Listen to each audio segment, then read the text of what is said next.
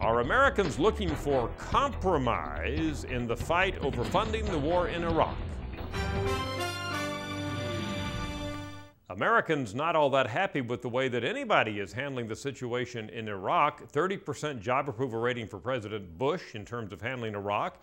27% job approval rating for the Republicans in Congress handling Iraq. 34% for the Democrats in Congress handling Iraq. In other words, a significant majority of Americans disapprove of how every political entity involved is handling Iraq. Furthermore, the data show that Americans want compromise on this standoff on the supplemental funding bill that's now being debated in Washington.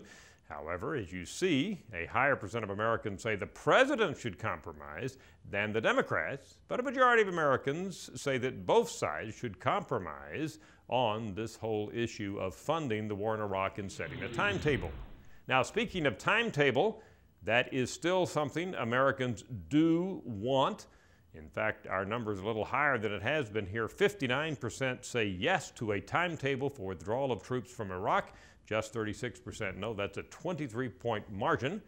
However, I would point out, as we've discussed before on the daily briefing, that a timetable doesn't necessarily mean troops withdrawn immediately. In fact, our previous research shows that some Americans are willing to extend that timetable not to begin until 2008.